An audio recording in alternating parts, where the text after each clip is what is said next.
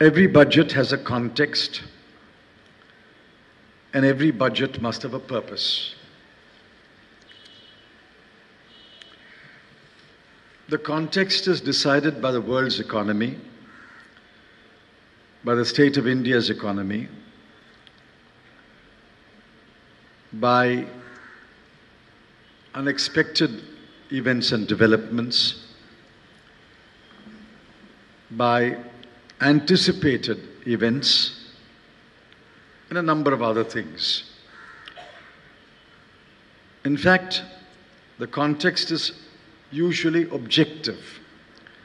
We know where we stand, what are our strengths and weaknesses, and what are the opportunities and the threats. But every budget must also have a purpose. A budget is not as simply accounting for the revenue and accounting for the expenditure. It must have a purpose. Of course, it must account for revenue on the one side and expenditure on the other. But it must also say why we are raising this revenue and why we are incurring this expenditure. And if there is an excess of expenditure over revenue, one must be able to persuasively argue why you need to borrow so much money.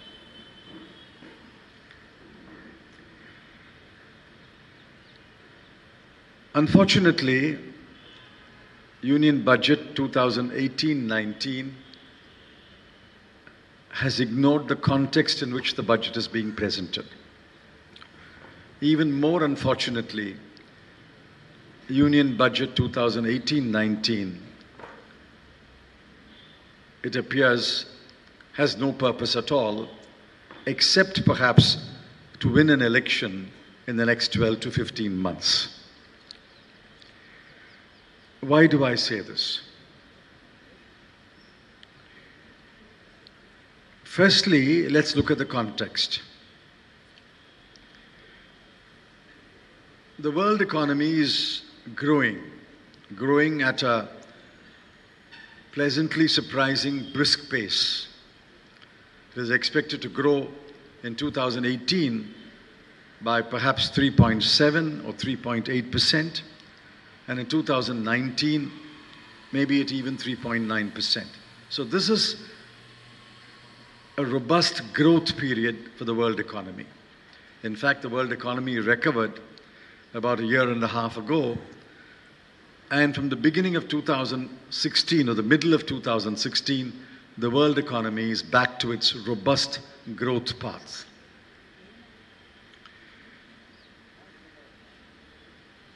While there are headwinds, and there will be headwinds at any time, one does not anticipate too many headwinds for the world's economy, except perhaps the name Mr. Donald Trump. Apart from Mr. Donald Trump, one can't imagine any headwinds to the world's economy.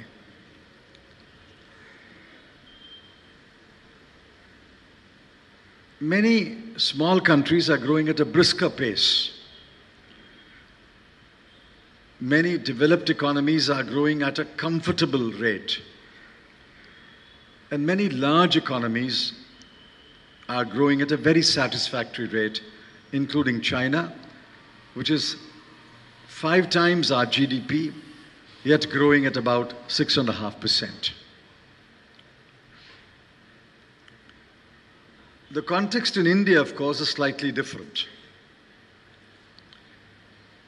We had an economy that was growing at 7.5% in 2014-15, 8.2% in 2015-16, but then we shot ourselves in the leg, not once but twice. Firstly, we shot ourselves in the right leg through demonetization, and then before the right leg could heal, we shot ourselves in the left leg through a flawed implementation of GST. Naturally, the economy slumped, It slumped to 7.1% in 2016-17, and by the end of 2017-18, there'll be a further slump to about 6.5%.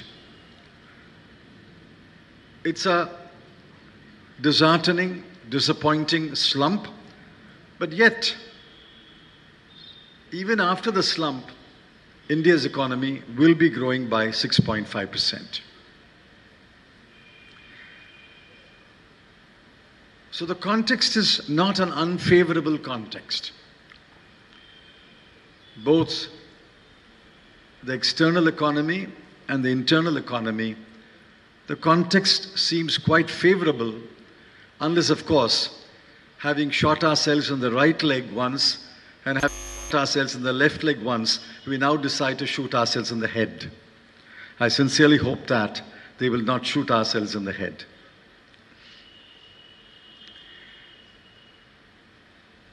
Now, given this context,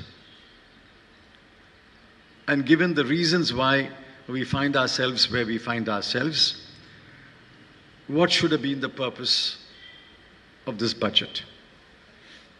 Remember, 1991, when India was a closed economy and Dr. Manmohan Singh took the economy by its collar, pulled it out of its cocoon of a closed economy and said, now come out and face the world. Remember 1997, when a weak coalition government undertook the most wide-ranging tax reform in both direct taxes and indirect taxes. Remember 2008, when the international financial crisis threatened the collapse of all economies of the world.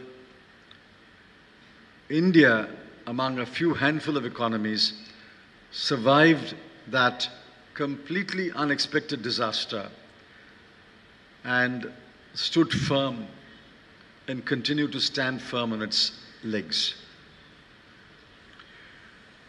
Remember 2012, when after the much trumpeted quantitative easing that had released a flood of liquidity in world markets and led to an inflation spiral, India pulled back and consolidated its fiscal situation. So these are occasions when the hallmark was courage. I would have expected that the hallmark of Budget 2018-19 was courage. Unfortunately, courage seems to have deserted the government, and all that remains after reading the numerous pages of the budget speech is rhetoric. This budget ought to have focused on fiscal consolidation. This budget ought to have addressed what Dr. Arvind Subramaniam listed as the three main challenges in the medium term. This budget should have addressed the acute distress in the farm sector, which contributes only about 17% of India's GDP, but on which nearly 60% of the Indian people depend. This budget should have promoted welfare, especially after welfare-damaging measures like demonetization and a hasty implementation of GST. This budget should have concentrated on promoting welfare. Any one of these purposes, or maybe two of these four purposes, or all the four purposes, if they had been kept in mind, this budget would have been a very different budget. If I was writing a budget speech keeping some or all of these four purposes in mind, I would have written a very, very different budget speech. Unfortunately, the government completely misjudged the context and completely overlooked the purpose of the budget in the last year of the term of a government. More about this later. Now let's spend a little time talking about the numbers. You're all students of business administration, so numbers should not frighten you. I know that numbers frighten a lot of people, but numbers should not frighten you. Numbers tell a story which words cannot tell. Let's spend just about 5 or 10 minutes on the numbers. Firstly, every deficit target has been breached. It's not often that every deficit target is breached. This budget will find a place in history for breaching every deficit target. The fiscal deficit was breached as against a target of 3.2, the year will end with 3.5. And next year, against a target of 3, the year will end with 3.3. The revenue deficit target has been breached. Against a target of 1.9, this year will end with a target of 2.6. The effective revenue deficit has been breached. The primary deficit has been breached. Every deficit target has been breached. Secondly,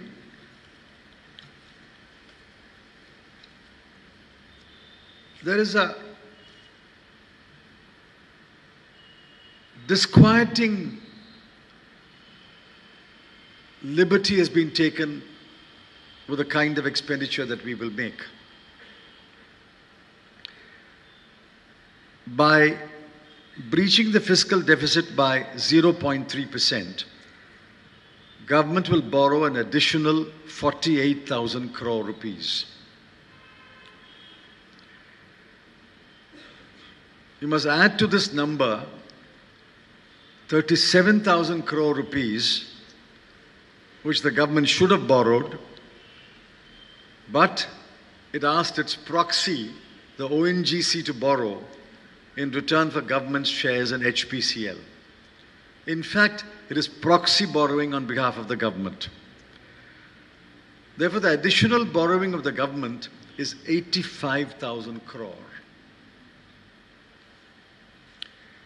If I borrow 85,000 crore, my family should ask me, why have you borrowed 85,000 crore? What are you going to spend it on? And if I say, well, I'm going to spend it on building a house, I'm going to spend it on putting up a factory, that would make sense to my family. But where is this 85,000 crore going? The entire additional borrowing and more, let me repeat that, the entire additional borrowing and more is going into revenue expenditure. While the additional borrowing is 85,000 crore, the additional revenue expenditure is 1,07,371 crore. How did they achieve this? They achieved this by cutting capital expenditure by 36,000 crore. So the government has not only been a reckless borrower, it is also a reckless spender, and it has thrown all fiscal prudence to the winds. It is borrowing an additional 85,000 crore. It is cutting back capital expenditure by 36,000 crore and spending on revenue account an additional 1,07,371 crore.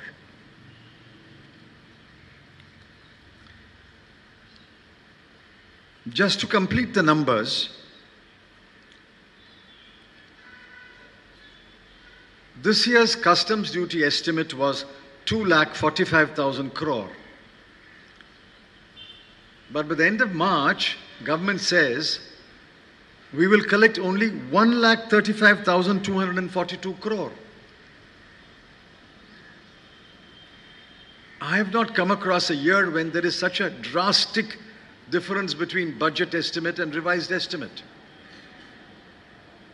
What is worse is for next year,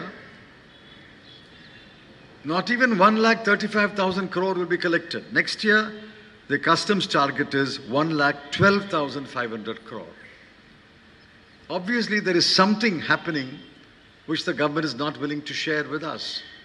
There is a story which the government is hiding.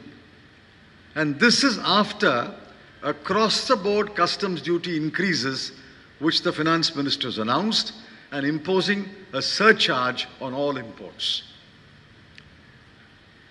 I simply cannot understand how customs revenues are taking such a hit from a budget estimate of 2,45,000 crore to a revised estimate of 1,35,242 crore to next year's estimate of 1,12,500 crore.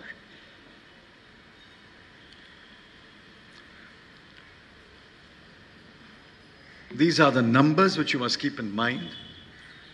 These numbers, to my mind, conclusively establish that this government is a reckless borrower, is a reckless spender, and has severely compromised macroeconomic stability in the budget 2018-19.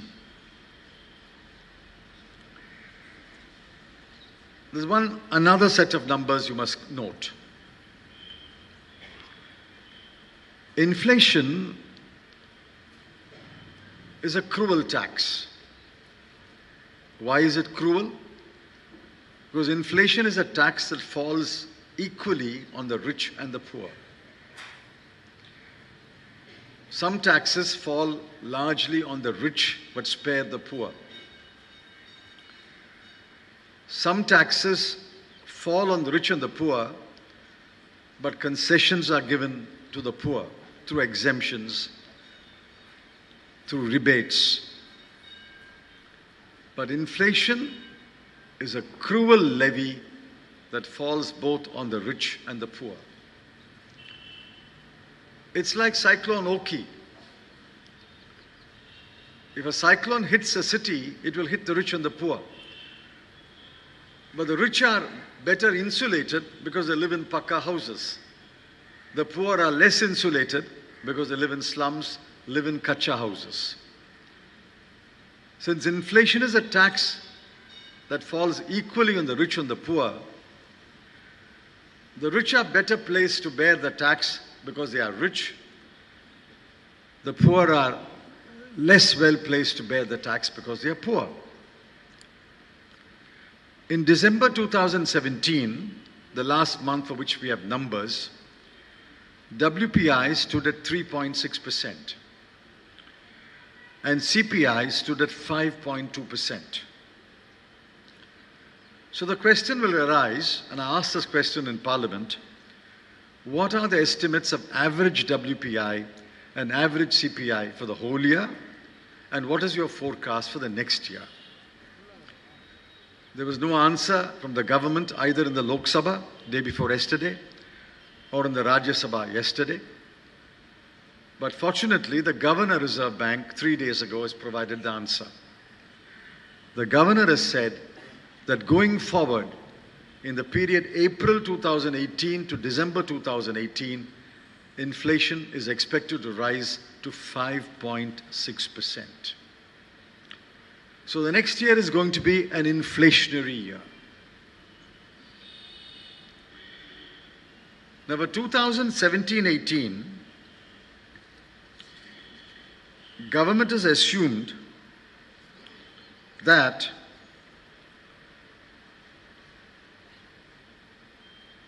nominal growth rate of the economy will be 10.5% and the GDP will grow by 6.5%, which means government is assuming that inflation will be 4%. 10.5 minus 6.5.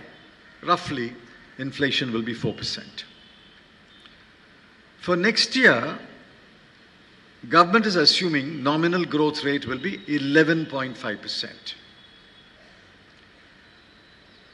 If the nominal growth rate will be 11.5%, and the Governor Reserve Bank of India has predicted inflation will rise to 5.6%, for the sake of easy subtraction, let's take it as 5.5%. So if you have nominal growth rate of 11.5% and inflation of 5.5%, what does growth be? Real growth will be 6%. 11.5 minus 5.5, growth will be 6%. Government is unwilling to acknowledge this hard fact. So what do we have for the last 4 years?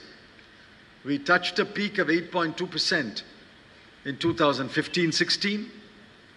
It came down to 7.1% in 2016-17. It will come down to 6.5% in 2017-18, and it's further poised to go down to 6% in 2018-19. So 2018-19 will be a year of lower growth and higher inflation. A year of lower growth and higher inflation cannot be a very happy new year. If the Prime Minister wished you all a happy new year, I suggest he take back those good wishes now. It will be a year of lower growth and higher inflation. I won't burden you with more of these numbers. The sum and substance of my argument, therefore, is government failed the test of fiscal consolidation. And as I will show presently, government failed the test of relieving acute agricultural distress. The government failed the test of promoting welfare. And again, as I will show you presently, government failed the test of providing jobs. On every major challenge, government has failed. You may ask me, was not government forewarned? The government was. Not by average people like you and me.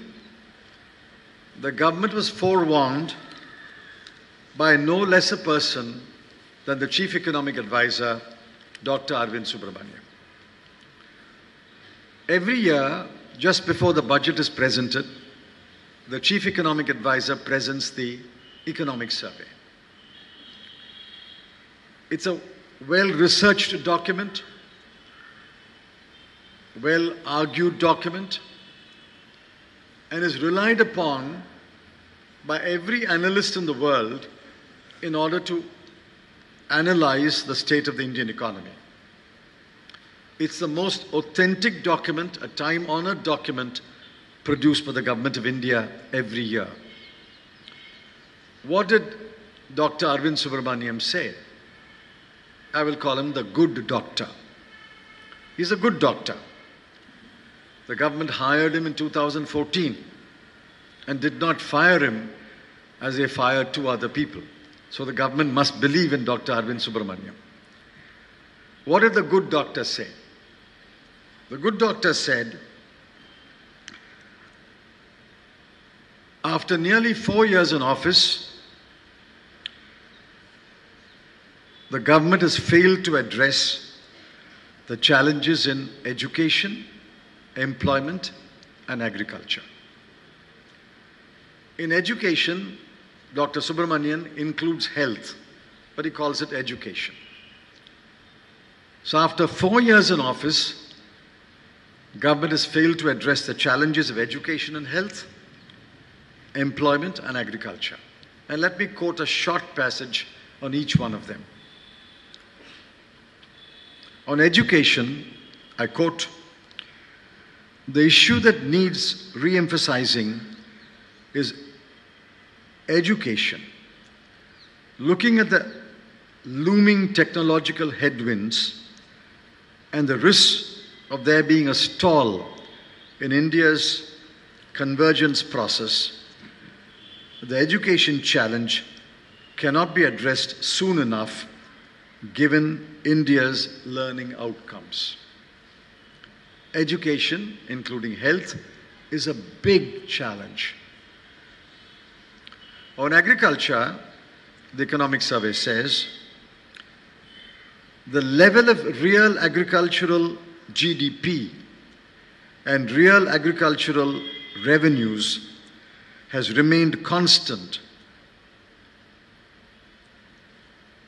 I hope you understand the implications of this statement. Real agricultural wages and real agricultural output has remained constant over 4 years. While nominally wages may have risen and nominally outputs may have risen, if you adjust for inflation, real agricultural wages and real agricultural output has remained constant. This means that in a growing economy, an economy that is supposed to be growing at 6 or 6.5 or 7%, relative to the non-agricultural sector, agriculturists and farmers have become poorer and poorer in the last 4 years.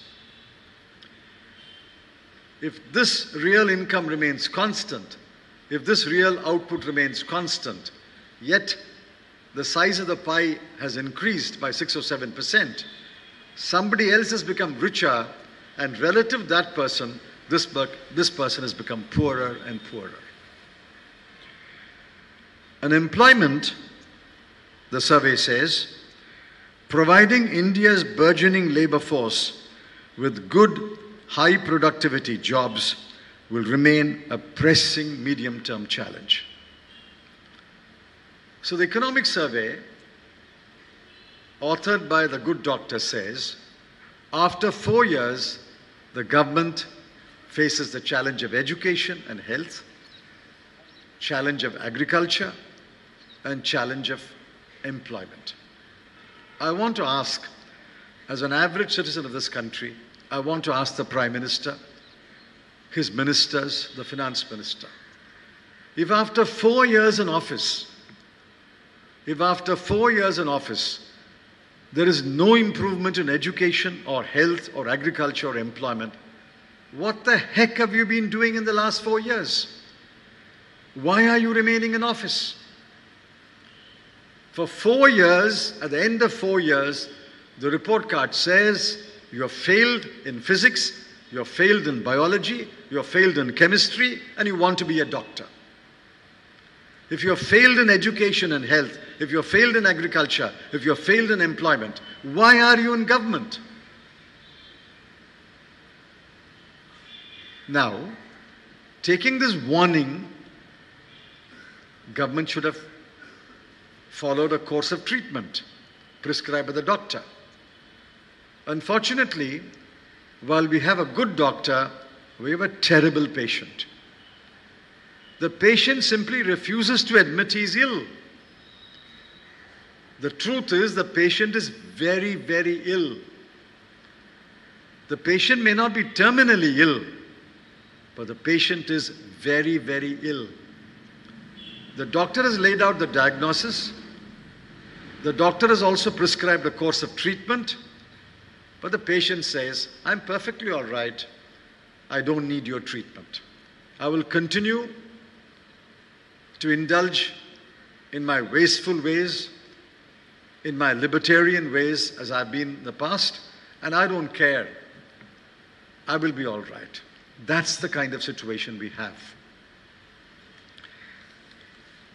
In the light of that, we need to ask ourselves whether this budget has done anything for any section of the people.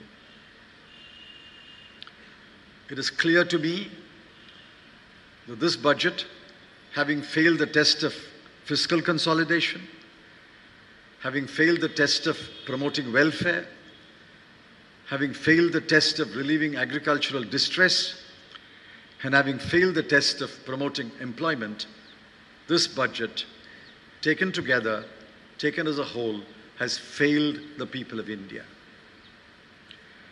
Now I want to deal with some specific subjects. Let's first take agriculture. I know that for most of us, our only acquaintance with agriculture is when we sit down to eat and we have rice or roti on our table. Unfortunately, 60% of India is dependent on agriculture. Where has that 60% been left today? When it came into office, the NDA government boasted that we will be very, very tight-fisted in giving MSP, minimum support price, because generous increases in MSP are inflationary, and our first object is to control inflation.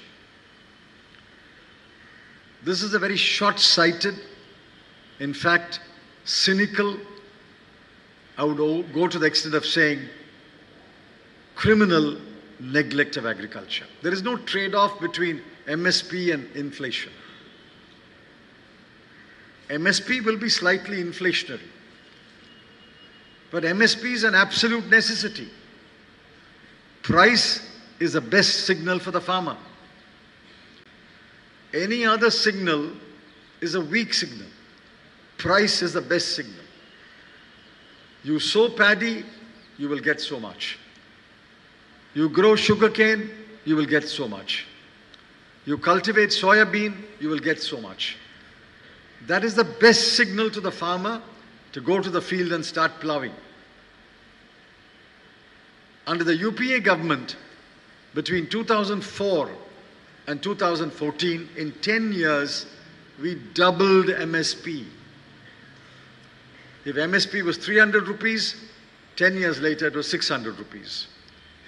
If MSP was 1,800 rupees per quintal, 6 years later it was 3,600 rupees per quintal.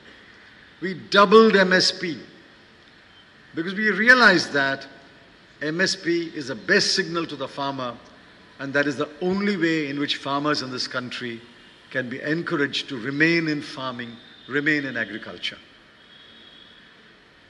This government cynically ignored the interest of the farmer for 2 years. And suddenly they wake up today and say, oh, we are going to give you MSP, which is cost plus 50%. This is what I call the first Jumla, the MSP Jumla. India has contributed many words to the English language. Every year we contribute many words to the English language. Curry is a word we have contributed to the English language. Tikka is a word we have contributed to the English language. If you open the dictionary, you will find Konikipoli is a word, which is Kanakapulle. Konikipoli is a word we have contributed to the English language. I have no doubt in my mind, 2 years from today, the editors of Oxford Dictionary will declare that Jumla is a new English word, and this is a contribution of the Government of India and the people of India. What is this MSP Jumla that they have said? We're going to give to the farmer cost plus 50%. Immediately, Dr. Ashok Gulati, Dr. M.S. Swaminathan, and many other agricultural scientists said, which cost?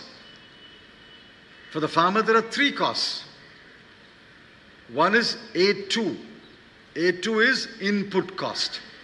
Cost of seeds, cost of electricity, cost of fertilizer,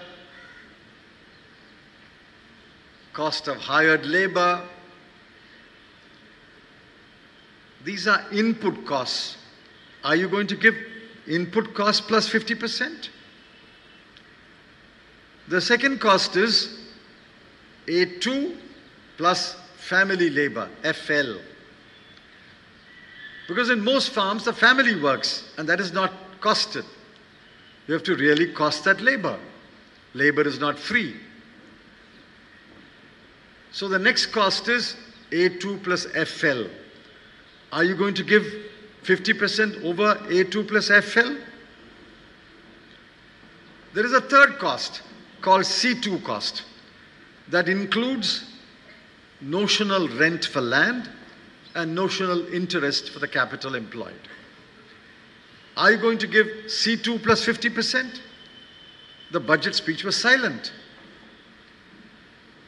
What was, of course, audacious was the budget speech said we've already given cost plus 50% for some crops. So we asked, which crops? When did you give? Where did you give? And today it is exposed that the government in some crops has given A2 plus 50%. That is not what the Swaminathan Committee recommended. That is not what agricultural economists want. That is not what farmers want. Farmers want all costs to be taken into account plus 50% on that. Government did not explain this in the budget, and 10 days after the budget was presented, government has still not explained what is this MSP equal to cost plus 50%. Which cost? And look at another aspect. The Rabi crop is already over. You can't give the new MSP to the Rabi crop that has already been harvested. The next harvest is the Kharif crop, what we call Kuruvai in Tamil Nadu. That is going to come in September, October. The Kuruvai or the Kharif harvest will be in September, October. So what the government is promising today on the 1st of February is, in September, October, we will give you this cost plus 50%. This is the kind of pie in the sky argument. By other reports, government is planning to advance elections to September or October. So it's clearly an election jumla. This is clearly to influence the farming community in the event elections are advanced to September, October by saying, listen, we announced in February, we're going to give you cost plus 50%. Wait for the Kharif harvest, but in the meanwhile, please vote for us. This is the worst jumla. This is the unkindest cut on the farmers. The farmers have not accepted it. The farmers are seething with anger, and there is so much ferment and so much unrest all over rural India. This is the first jumla. The second jumla is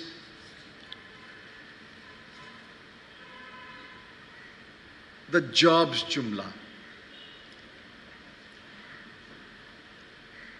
Government has no data.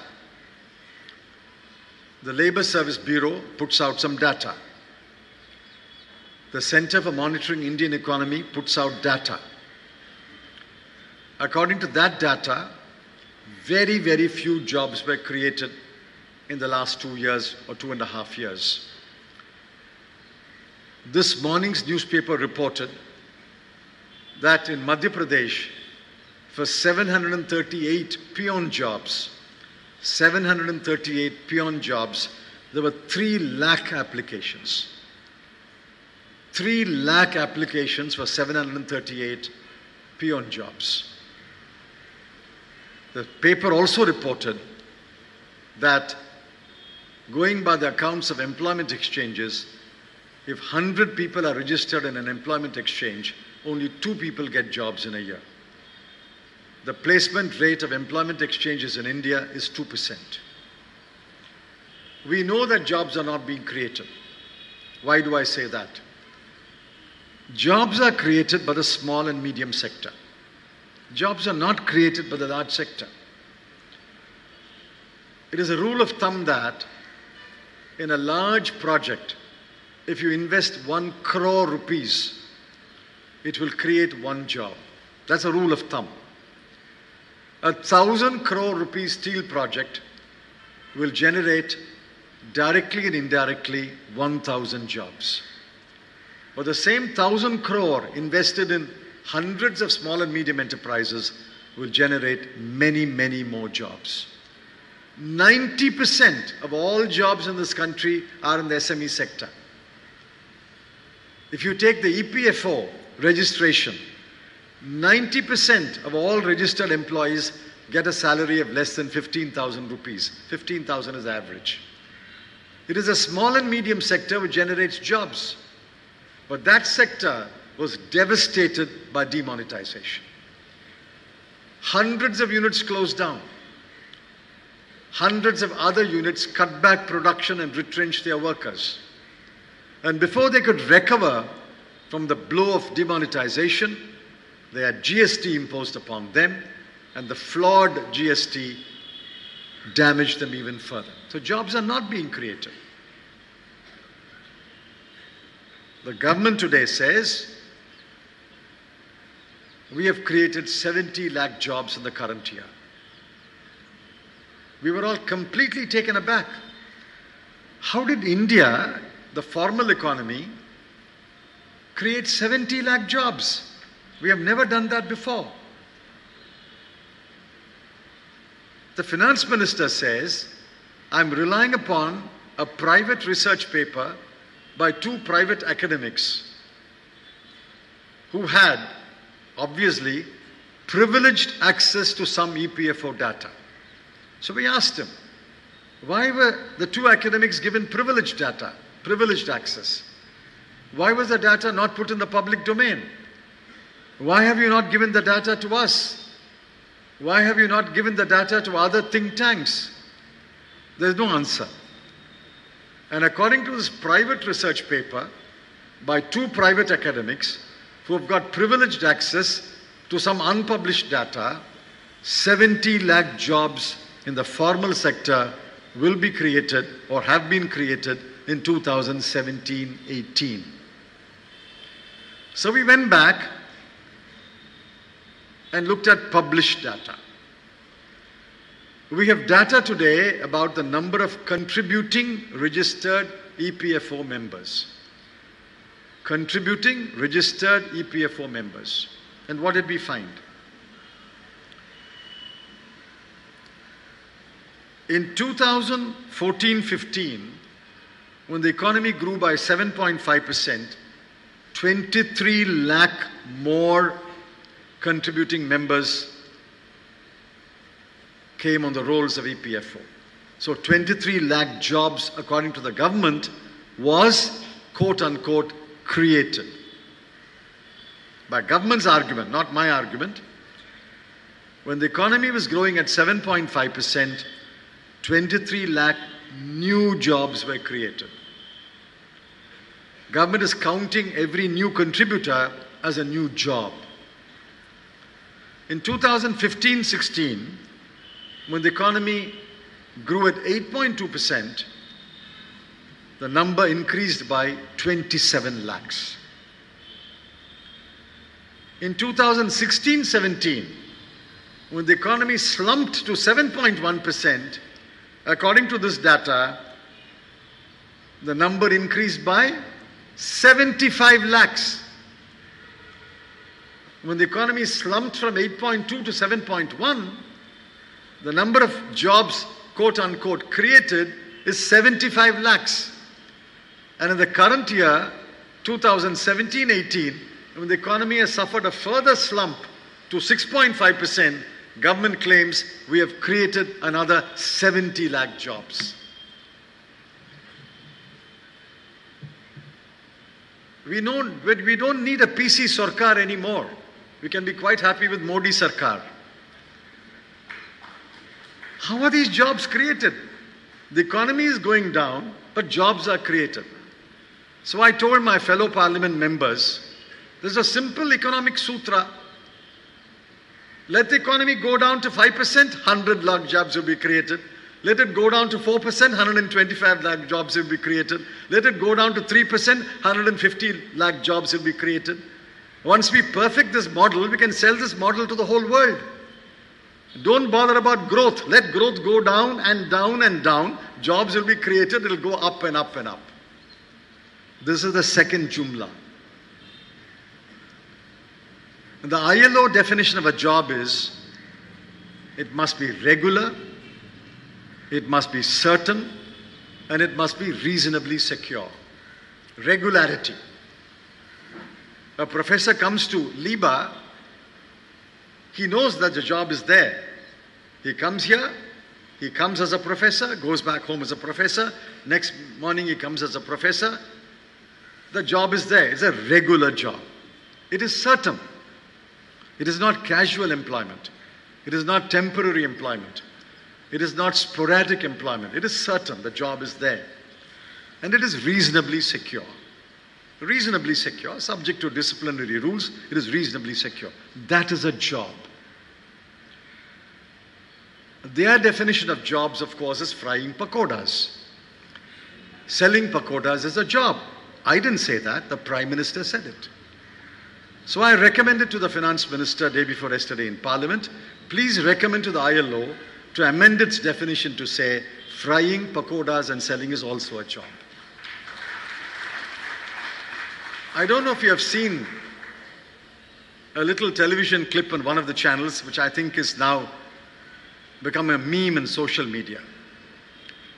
Today, the rate is a PhD pakoda sells for 25 rupees a pakoda. An MA, MSc pakoda sells for 15 rupees a pakoda. A BA, BSc pakoda sells for 10 rupees. An SSLC pakoda will sell for as little as 5 rupees. And an 8th standard pakoda will sell at 1 rupee. Depending upon which pakoda you want, you can buy that pakoda. A Liba pakoda may sell, I hope, for 25 rupees. That's the kind of jobs which this government says we are creating. This is the insult to the intelligence of the people of India, insult to the intelligence of the young people of India who are crying for jobs. Remember, a Hardik Patel or a Jignesh Mevani or an Alpesh Thakur cannot mobilize hundreds of thousands of young people simply on the basis of caste. It might appear to be caste mobilization, but the underlying current, the driving fury is joblessness. People are without jobs today, which is why they are assembling in large numbers and protesting. The third jumla is his health insurance jumla. Hitler and Goebbels perfected the art of making people believe them. And they said, if you want to lie to the people, don't utter small lies. Small lies are usually not believed. Utter a big lie. A big lie has a better chance of being believed. The bigger the lie, the chances are better that it will be believed. So if you want to lie, don't indulge in petty lies. Make a big lie, a very, very big lie. In 2016-17, this very government announced a national health insurance scheme. It was intended to cover about 6 crore families, and the coverage was up to 1 lakh rupees. It was announced with great fanfare in the 2016-17 budget. But like all budget announcements, the government believes in short memories of the people, so after a few days, it went off from the front pages into the back pages, and then it disappeared from the media. Nobody asked the government what happened to that scheme. I'll tell you what happened. Nothing happened. The cabinet never met and approved a scheme. No scheme was ever implemented. No money was ever allotted. The scheme was given a quiet burial and nobody remembered it. Believing that nobody will remember the 2016-17 scheme, government today comes forward and says, we will announce a bigger scheme. This scheme will cover not 6 crore families, this scheme will cover 10 crore families. This scheme will cover 50 crore people. Roughly 40% of India will be covered. It is called the National Health Protection Scheme. The budget speech did not use the word insurance. So we were not clear on day one whether this is an insurance-based scheme or is it a pay-as-you-go scheme. As it turned out, it is an insurance-based scheme. So we frantically went through the budget documents to find out, to cover 10 crore families, to cover 50 crore people, and coverage up to 5 lakhs of rupees, it will require a huge amount by way of insurance premium. Where is the money provided? We searched and searched and searched and found that money has been provided. You want to know how much has been provided? Zero has been provided. A big zero has been provided. Not 1 rupee has been provided. So we did some calculations. State governments run such schemes. Andhra, Telangana, Tamil Nadu, Kerala, I think even Bengal to some extent. They run small schemes. They cover up to 1 lakh. We put together the premium paid by all the states which are running such schemes.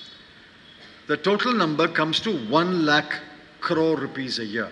The premium that is contributed by all the state governments which run these schemes comes to approximately 1 lakh crore rupees. If you want to cover 10 crore families, 50 crore individuals, not for 1 lakh, but for 5 lakhs, how much will be the premium? You do your own calculation, we have done it. At 1% of coverage, it will cost you 50,000 crore rupees a year. At 2%, it will cost you 1 lakh crore rupees a year. At 3%, it will cost you 1.5 lakh crore rupees a year. Let's take the middle number, 1 lakh crore. You have not provided 1 rupee. And you are saying, claiming that you will introduce a scheme that will cost you 1 lakh crore rupees. Government, of course, is shuffling its feet and saying, no, it won't cost so much. States will contribute 40%. So I asked, which state? Which state have you consulted? Which state has agreed to come on board? And why should a state abandon its own scheme with its own branding and come on Modi care? Which state has been consulted? None. Which state has agreed to come on board? None. Yet you say 40% will come from the states. Even your 60% will cost you 60,000 crore. To that the finance minister says, I will raise more resources. From where? Where will you raise more resources from?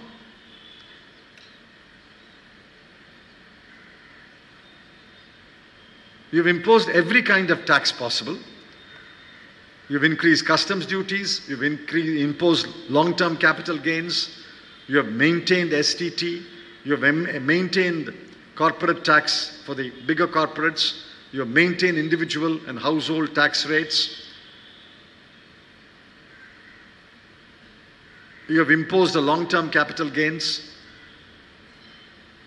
You have taxed petrol and diesel to the hilt. There is no room for increased taxation. From where will you raise this money?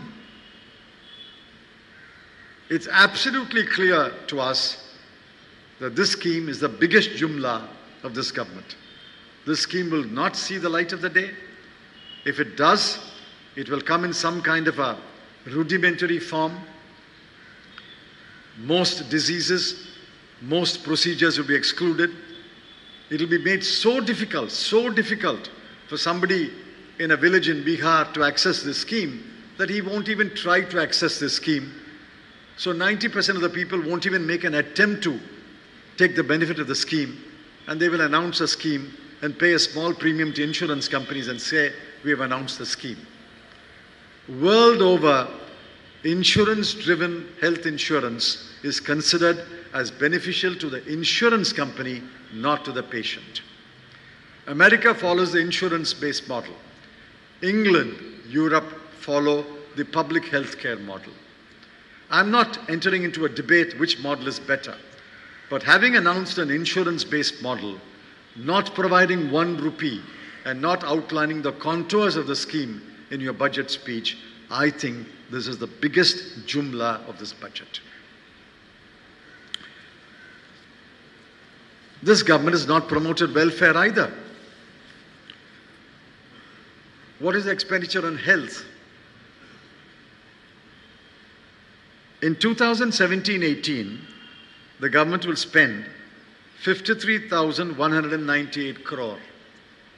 In 2018-19, government will spend 54,667 crore, an increase of about 1,400 crore. What is the expenditure on education? In 2017-18, government will spend 81,869 crore. In 2018-19, it will spend 85,010 crore, which is an increase of 3,130 crore. You have an additional revenue expenditure of 1,07,372 crore, but on health and education, the additional expenditure is only 4,600 crore, a very small fraction. Not only that, in what they call core schemes, government has actually cut the expenditure next year. Let me give you a few examples. National Rural Drinking Water Mission. Current year, 7,050 crore. Next year, 7,000 crore. Swachh Bharat Mission. Current year, 19,248 crore. Next year, 17,843 crore. National Health Mission. Current year, 31,292 crore. Next year, 30,634 crore.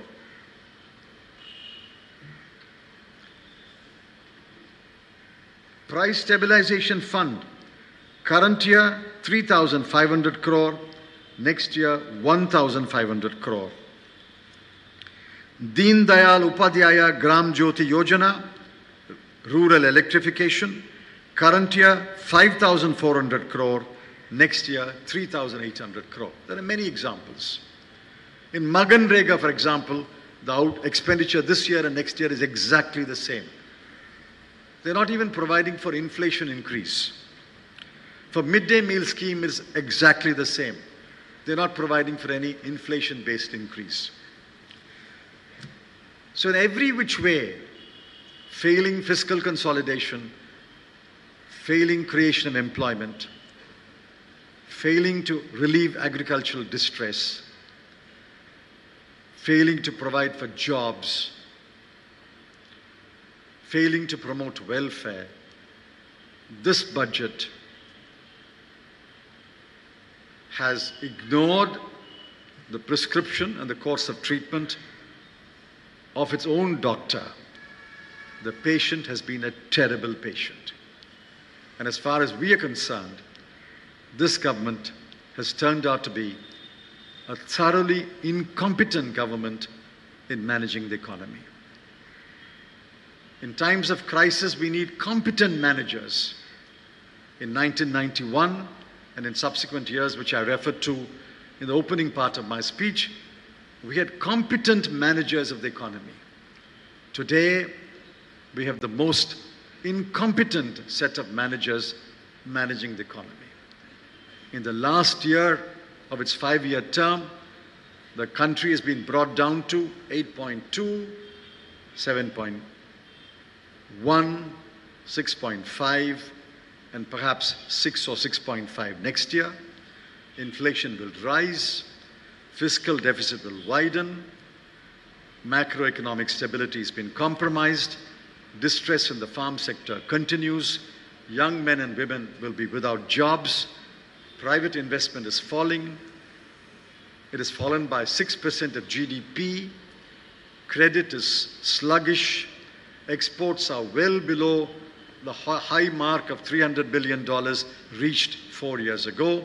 In every which way you look at this budget and the economy, this budget has failed this country. In conclusion, all I can say is, after seeing the fifth budget of this government, all I can say is, thank God this government will not present a sixth budget.